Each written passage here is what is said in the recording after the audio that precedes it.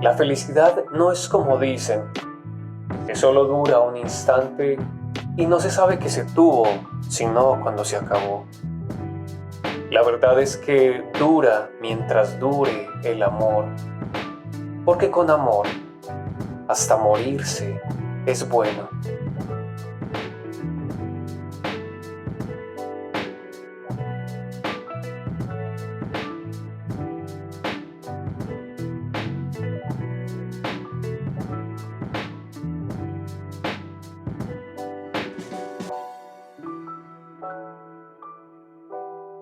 Autor colombiano, Gabriel García Márquez destacó sin duda como uno de los más grandes narradores de la literatura del siglo XX, pieza fundamental del conocido boom latinoamericano, sobre todo por su trabajo dentro del realismo mágico.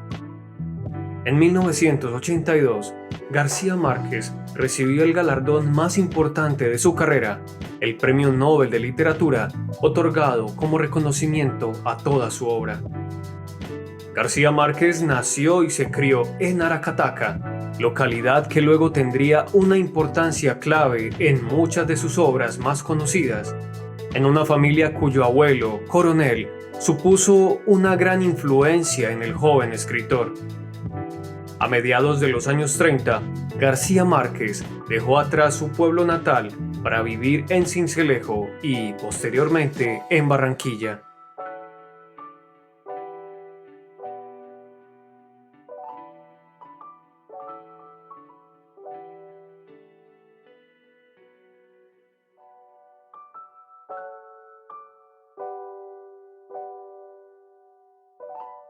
Al iniciar sus estudios de Derecho en Bogotá, comenzó su verdadera pasión por la literatura. Tras el cierre de la universidad por los grandes disturbios de 1948, García Márquez se mudó a Cartagena y abandona los estudios para trabajar como periodista en varios medios, como El Universal, El Heraldo, profesión a la que se dedicaría los siguientes años de su vida, convirtiéndose en una verdadera pasión capaz de rivalizar con la literatura. Casado en 1958 con Mercedes Bacha, García Márquez comenzó un periodo de viajes como corresponsal que lo llevará de Barranquilla a Nueva York y finalmente a México. La afinidad del escritor con la Revolución cubana y su amistad con Fidel Castro dificultaron su estancia en Estados Unidos y en otros países de América Latina. De esta época son sus obras El coronel no tiene quien le escriba o La mala hora.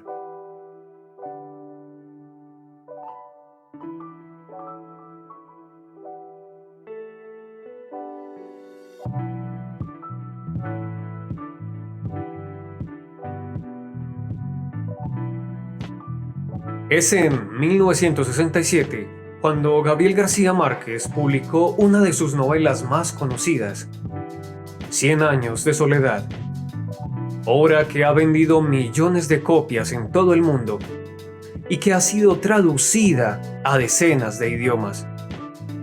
Los premios se sucedieron en los años siguientes, Rómulo Gallego, el Neustadt, y recibió el aplauso de la crítica internacional. Hoy en día, esta novela es considerada como una de las más importantes de todo siglo XX. En 1981, García Márquez publicó Crónica de una muerte anunciada, novela fundamental dentro de su obra y que inclinó a su favor la balanza del Premio Nobel de Literatura, otorgado ese mismo año. Con posteridad llegarían otras obras maestras como El olor de la guayaba o El amor en los tiempos del cólera.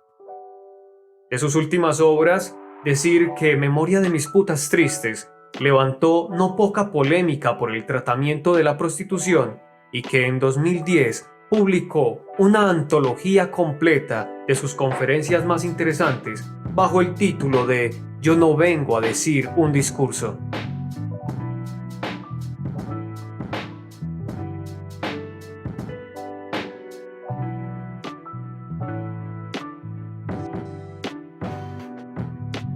Varias de las obras de Gabriel García Márquez han sido llevadas al cine.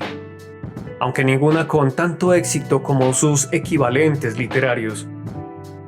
Quizá habría que destacar las adaptaciones de El coronel no tiene quien le escriba o El amor en los tiempos del cólera. La obra de Gabriel García Márquez se considera fundamental para entender la literatura en español del siglo XX y su influencia se ha extendido a varias generaciones de escritores, rompiendo las barreras propias del idioma y logrando un gran éxito tanto en inglés como en francés o alemán. Gabriel García Márquez falleció el 17 de abril del 2014 en la Ciudad de México a la edad de 87 años.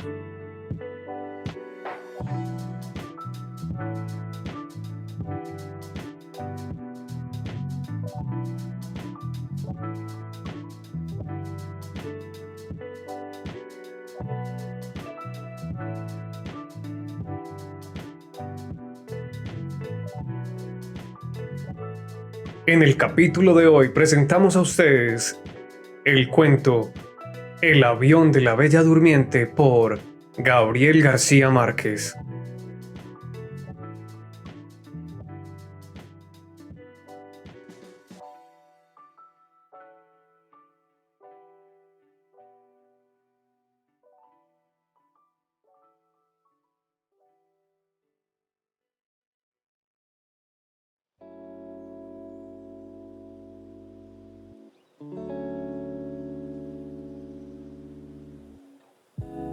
Era bella, elástica, con una piel tierna del color del pan y los ojos de almendras verdes, y tenía el cabello liso y negro y largo hasta la espalda, y un aura de antigüedad que lo mismo podía ser de Indonesia que de los Andes.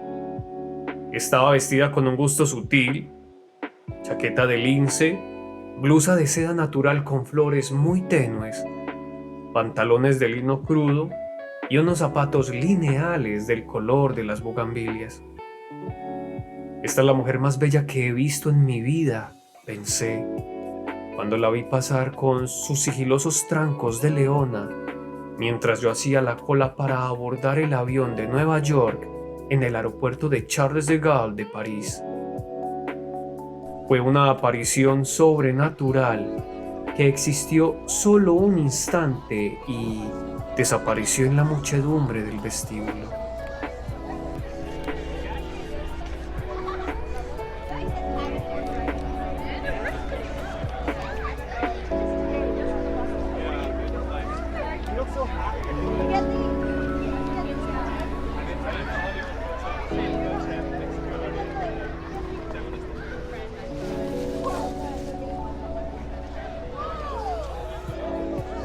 Eran las 9 de la mañana. Estaba nevando desde la noche anterior y el tránsito era más denso que de costumbre en las calles de la ciudad y más lento aún en la autopista. Y había camiones de carga alineados a la orilla y automóviles humeantes en la nieve. En el vestíbulo del aeropuerto, en cambio, la vida seguía en primavera. Yo estaba en la fila de registro detrás de una anciana holandesa que demoró casi una hora discutiendo el peso de sus 11 maletas. Empezaba a aburrirme cuando vi la aparición instantánea que me dejó sin aliento, así que no supe cómo terminó el altercado hasta que la empleada me bajó de las nubes con un reproche por mi distracción. A modo de disculpa, le pregunté si creía en los amores a primera vista. Claro que sí, me dijo. Los imposibles son los otros. Siguió con la vista fija en la pantalla de la computadora y me preguntó qué asiento prefería, fumar o no fumar.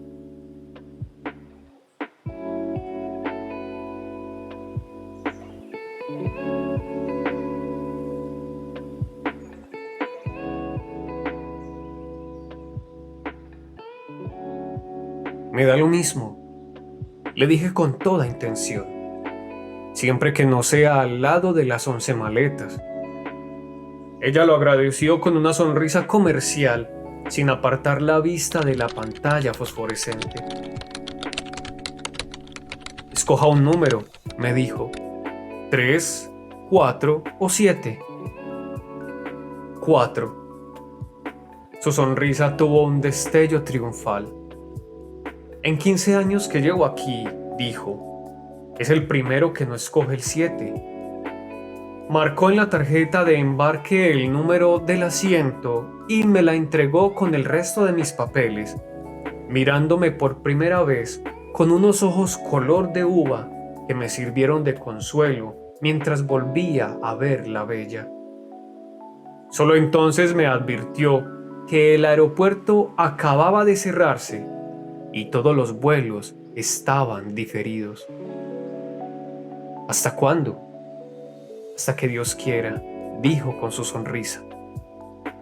La radio anunció esta mañana que será la nevada más grande del año. Se equivocó. Fue la más grande del siglo.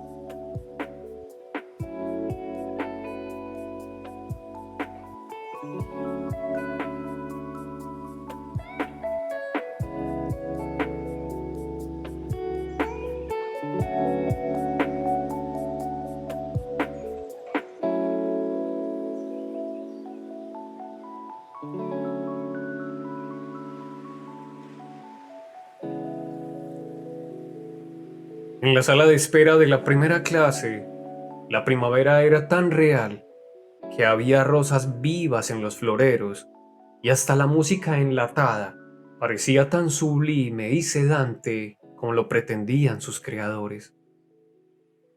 De pronto se me ocurrió que aquel era un refugio adecuado para la bella y la busqué en los otros salones, estremecido por mi propia audacia.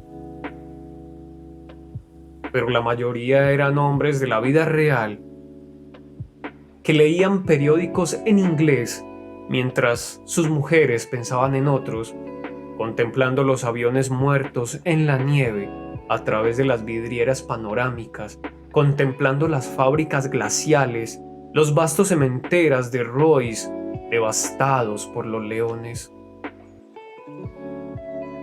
Después del mediodía no había un espacio disponible y el calor se había vuelto tan insoportable que escapé para respirar. Afuera encontré un espectáculo sobrecogedor. Gentes de toda la ley habían desbordado las salas de espera y estaban acampadas en los corredores sofocantes y aún en las escaleras, tendidas por los suelos con sus animales y sus niños y sus enseres de viaje. Pues también la comunicación con la ciudad estaba interrumpida y el palacio de plástico, transparente, parecía una inmensa cápsula espacial varada en la tormenta. No pude evitar la idea de que también la bella debía estar en algún lugar en medio de aquellas hordas mansas, y esa fantasía me infundió nuevos ánimos para esperar.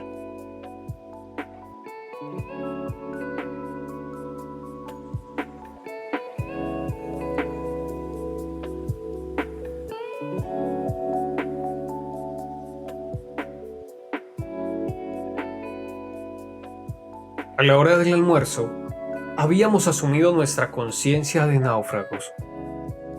Las colas se hicieron interminables frente a los 7 restaurantes, las cafeterías, los bares atestados, y en menos de 3 horas tuvieron que cerrarlos porque no había nada que comer ni beber. Los niños, que por un momento parecían ser todos los del mundo, se pusieron a llorar al mismo tiempo y empezó a levantarse de la muchedumbre un olor de rebaño. Era el tiempo de los instintos. Lo único que alcancé a comer en medio de la rebatiña fueron los 2 últimos vasos de helado de crema en una tienda infantil.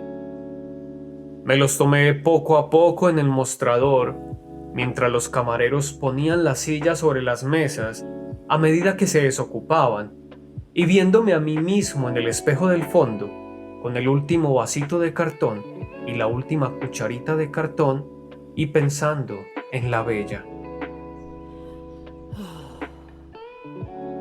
El vuelo de Nueva York, previsto para las 11 de la mañana, salió a las 8 de la noche. Cuando por fin logré embarcar, los pasajeros de la primera clase estaban ya en su sitio y una azafata me condujo al mío. Me quedé sin aliento. En la poltrona vecina, junto a la ventanilla, la bella estaba tomando posesión de su espacio con el dominio de los viajeros expertos. Si alguna vez escribiera esto, nadie me lo creería, pensé. Y apenas si intenté en mi media lengua un saludo indeciso que ella no percibió.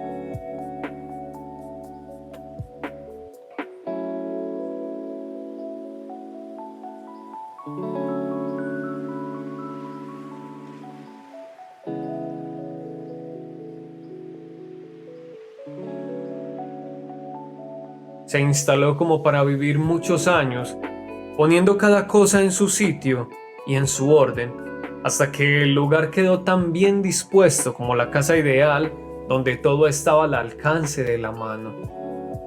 Mientras lo hacía, el sobrecargo nos llevó la champaña de bienvenida. Cogí una copa para ofrecérsela a ella, pero me arrepentí a tiempo, pues solo quiso un vaso de agua y le pidió al sobrecargo, primero en un francés inaccesible y luego en un inglés apenas más fácil, que no la despertara por ningún motivo durante el vuelo. Su voz grave y tibia arrastraba una tristeza oriental. Cuando le llevaron el agua, abrió sobre las rodillas un cofre de tocador con esquinas de cobre, como los baúles de las abuelas, y sacó 2 pastillas doradas de un estuche donde llevaba otras de colores diversos. Hacía todo de un modo metódico y parsimonioso, como si no hubiera nada que no estuviera previsto para ella desde su nacimiento. Por último, bajó la cortina de la ventana, extendió la poltrona al máximo, se cubrió con la manta hasta la cintura sin quitarse los zapatos, se puso el antifaz de dormir, se acostó de medio lado en la poltrona, de espaldas a mí, y durmió sin una sola pausa, sin un suspiro, sin un cambio mínimo de posición durante las 8 horas eternas y los 12 minutos de sobra que duró el vuelo a Nueva York.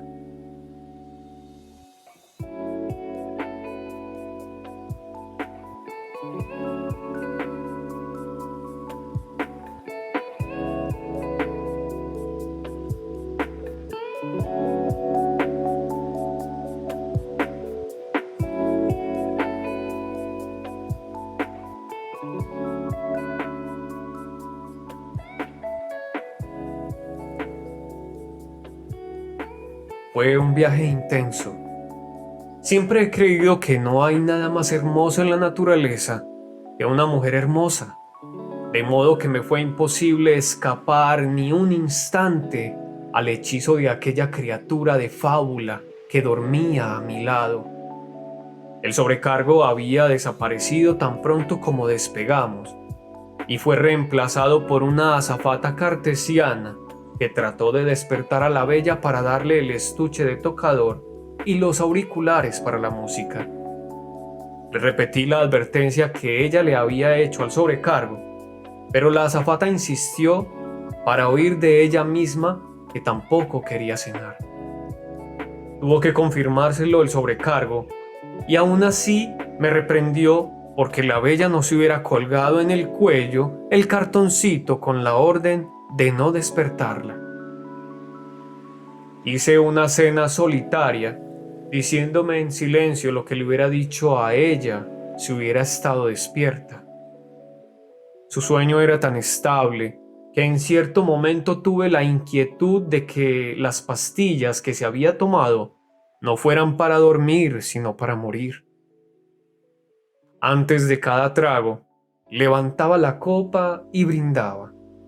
A tu salud, bella. Terminada la cena, apagaron las luces Dieron la película para nadie y los dos quedamos solos en la penumbra del mundo. La tormenta más grande del siglo había pasado y la noche del Atlántico era inmensa y límpida y el avión parecía inmóvil entre las estrellas.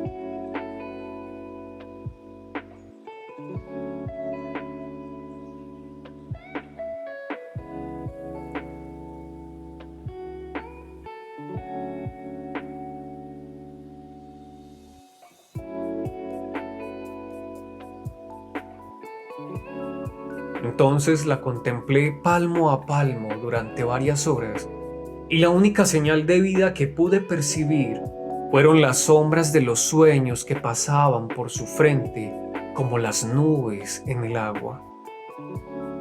Tenía en el cuello una cadena tan fina que era casi invisible sobre su piel de oro. Las orejas perfectas, sin puntadas para los aretes, las uñas rosadas de la buena salud y un anillo liso en la mano izquierda. Como no parecía tener más de 20 años, me consolé con la idea de que no fuera un anillo de bodas, sino el de un noviazgo efímero. Saber que duermes tú, cierta, segura, cauce fiel de abandono, línea pura, tan cerca de mis brazos maniatados. Pensé, repitiendo en la cresta de espumas de champaña el soneto magistral de Gerardo Diego. Luego extendí la poltrona a la altura de la suya y quedamos acostados más cerca que en una cama matrimonial. El clima de su respiración era el mismo de la voz y su piel exhalaba un hálito tenue que solo podía ser el olor propio de su belleza.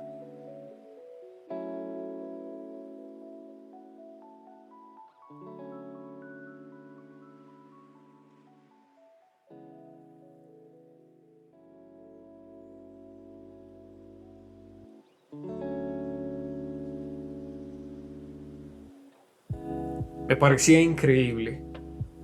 En la primavera anterior había leído una hermosa novela de Yasunari Kawabata sobre los ancianos burgueses de Kioto, que pagaban sumas enormes para pasar la noche contemplando a las muchachas más bellas de la ciudad, desnudas y narcotizadas, mientras ellos agonizaban de amor en la misma cama.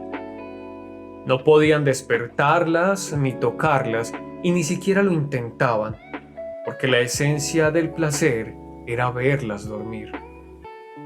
Aquella noche, velando el sueño de la bella, no solo entendí aquel refinamiento senil, sino que lo viví a plenitud. ¿Quién iba a creerlo?, me dije, con el amor propio exacerbado por la champaña. Yo, anciano japonés a estas alturas. Creo que dormí varias horas, vencido por la champaña y los fogonazos mudos de la película, y desperté con la cabeza agrietada. Fui al baño. 2 lugares detrás del mío yacía la anciana de las 11 maletas, despatarrada de mala manera en la poltrona. Parecía un muerto olvidado en el campo de batalla.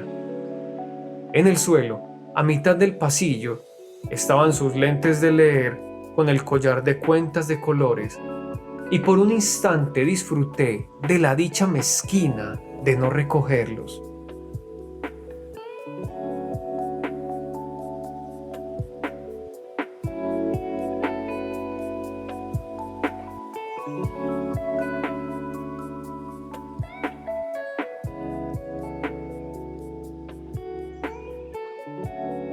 Después de desahogarme de los excesos de champaña, me sorprendí a mí mismo en el espejo, indigno y feo, y me asombré de que fueran tan terribles los estragos del amor. De pronto el avión se fue a pique, se enderezó como pudo y prosiguió volando al galope. La orden de volver al asiento se encendió. Salí en estampida con la ilusión de que solo las turbulencias de Dios despertaran a la bella y que tuviera que refugiarse en mis brazos huyendo del terror. En la prisa estuve a punto de pisar los lentes de la holandesa y me hubiera alegrado, pero volví sobre mis pasos, los recogí y se los puse en el regazo, agradecido de pronto de que no hubiera escogido antes que yo el asiento número 4. El sueño de la bella era invencible. Cuando el avión se estabilizó, tuve que resistir la tentación de sacudirla con cualquier pretexto, porque lo único que deseaba en aquella última hora de vuelo era verla despierta, aunque fuera enfurecida, para que yo pudiera recobrar mi libertad y tal vez mi juventud.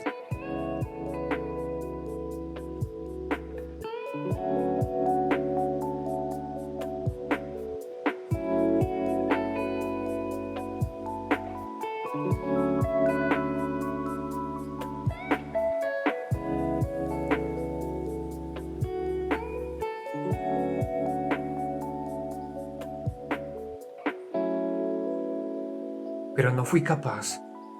Carajo, me dije, con un gran desprecio, ¿por qué no nací Tauro? Despertó sin ayuda en el instante en que se encendieron los anuncios del aterrizaje, y estaba tan bella y lozana como si hubiera dormido en un rosal.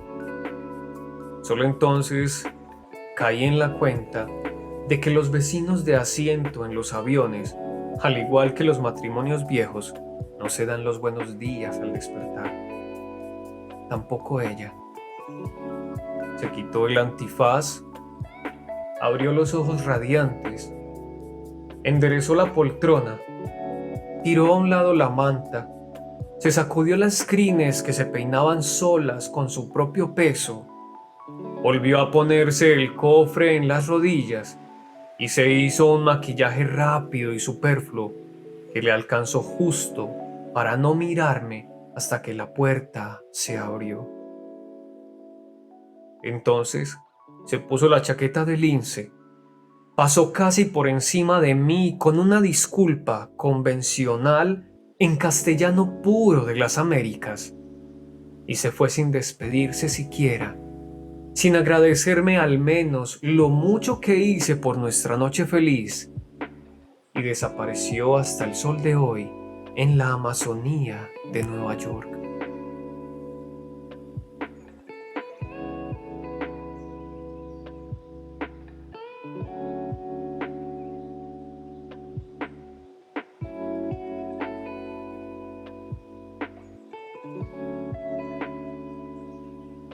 No es verdad que las personas dejan de perseguir sus sueños porque se hacen viejas, sino que se hacen viejas porque dejan de perseguir sus sueños.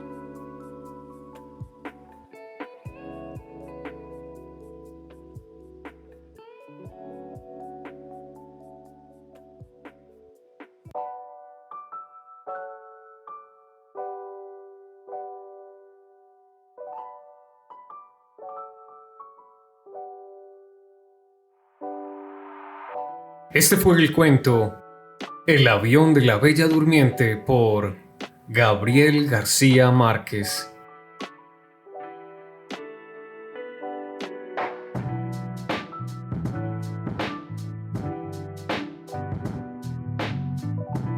Espero que esta historia haya sido de todo tu agrado. Agradezco mucho tu apoyo, dándole me gusta a esta producción. No olvides suscribirte al canal y compartir la historia con todos tus amigos. Nos vemos en el próximo capítulo.